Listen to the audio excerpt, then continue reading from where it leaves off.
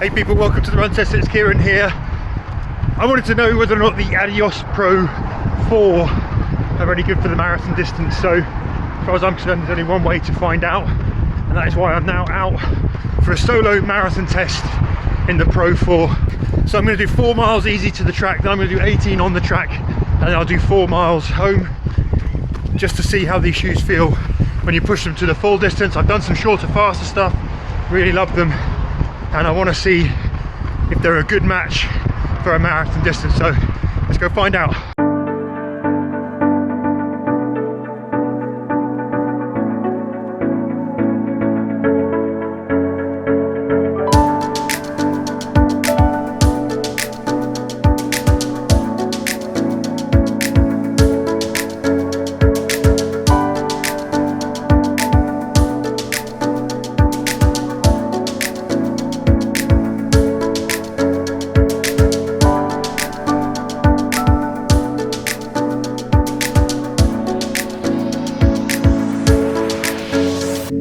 So I'm 13 miles in. I think I did 5 miles down to the track. I've just done 8 on the track in the Adios Pro 4. I've just stopped because I wanted to wash my hands and get some gels in.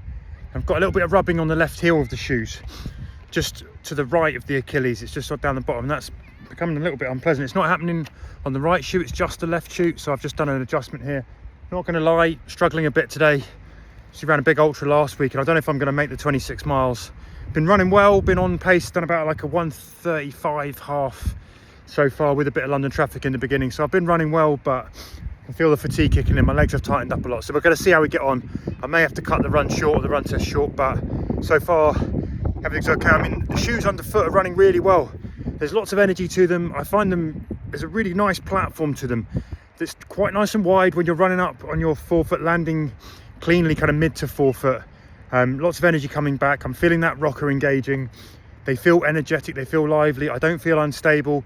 Overall, the platform, even when I rock back a bit, feels comfortable and balanced. I think a little more stable, even though they're softer than the Adios Pro 3. I think I've got a little bit more stability here. It's good protection generally. And overall, the shoes, I'm feeling good. They do feel like a shoe that I would be able to race at my top pace in and do quite well in them. But I better get back at it. Yeah. Anyway, that's how I'm feeling so far. 13 miles in, we'll keep going and we'll see how we get on.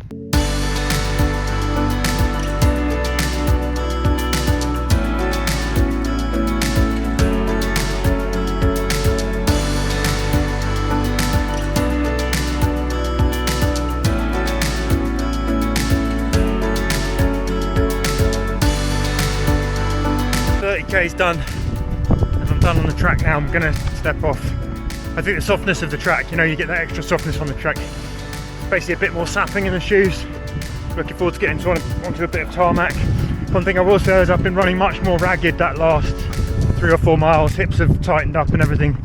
And one good thing about the Adios Pro, sometimes with the Adios Pro 3 I felt like they might hang you out to dry a little bit later into a marathon when you weren't running well. So far the platform on this, it doesn't have so much of that roll, you know. There's a sort of missing wedge on the Adios Pro 3 that I think sort of slightly tilted you out to the lateral side. This now just sort of holds you a bit more securely, a bit more reliably. So there's an easier platform to run on if you're dropping back on your heels. It's a bit more kind of stable and reliable, forgiving. Certainly plenty of enough road protection to soak up the impact. I've got no foot fatigue. I have got a bit of slipping forward from the big toes to the top of the toe box where it's tapping on the end of the shoes, and that was starting to feel it, particularly, you know, sometimes if I was clawing a bit to try and pick up the pace, sort of felt my toes almost reaching a bit in the shoe and hitting the end. But overall they've run pretty well. I think they're going to run better obviously when you are feeling fresh and then they're giving back loads, but they haven't left me for dead either when I'm starting to hang, and hang I am.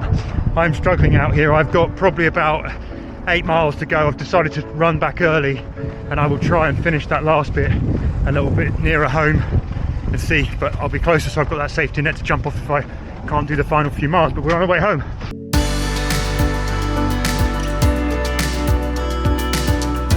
In the end, I called it a little bit earlier. I don't know, you can see I'm pretty pale, tired. Did 23 miles in about 3.5 hours and was really dragging at the end there. Didn't have the last 3 miles in my legs to do it, so apologies for that. This marathon test isn't quite a marathon, another 20 minutes or so, but I think I learned enough about the shoe to be able to give you a wrap up here. And yeah, I mean, it's not a huge surprise overall. This shoe is great when you're moving fast.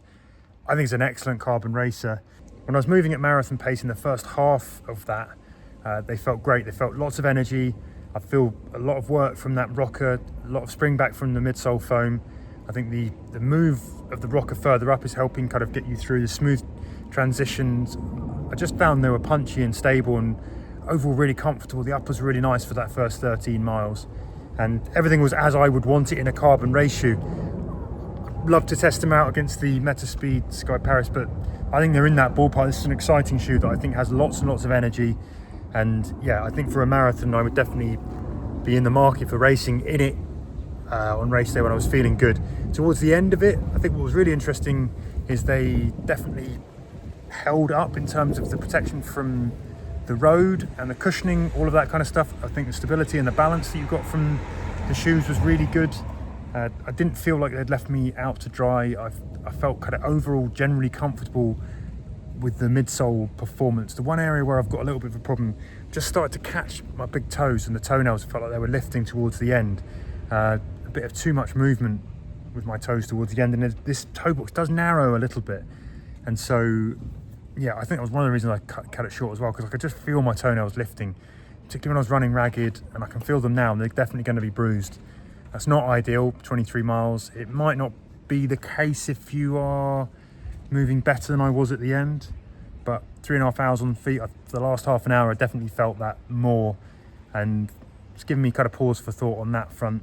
It's not something I really like. I didn't get it in the Asics Metaspeed Sky Paris, and I've got it here. It might be that I was running ragged, but it does feel like there's a little bit of narrowness, and your toe is quite close to the end of the toe box, and it was just catching just on the big toe. The rest of the toes feel fine, and overall the rest of the uppers I think fit super comfortable. I've got a little bit of rubbing on the left heel from those kind of thin heel collars.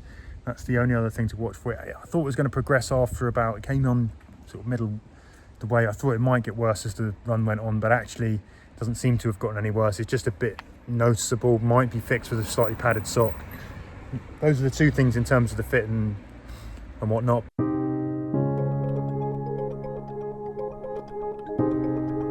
Yeah, so a quick verdict on this marathon test for the ride performance.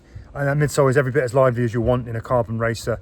Lots of energy, lots of protection, lots of immediacy, gives back what you want when you're putting in. It protects you if you're not. It doesn't leave you hanging out to dry if you're struggling towards the end, which is a key if you're going to think about this for a marathon race shoe. Particularly if you look at it being in this shoe for maybe 4 hours or longer, you're going to want a bit of that road protection after a while. I think if you're going for all out, I think this shoe has what you want. I'm not sure it's quite as nimble and agile and snappy as the Asics Metaspeed Sky Paris. I think that's slightly narrow, it's a bit more precise. This is a bit bigger, but there is punch coming back from that midsole.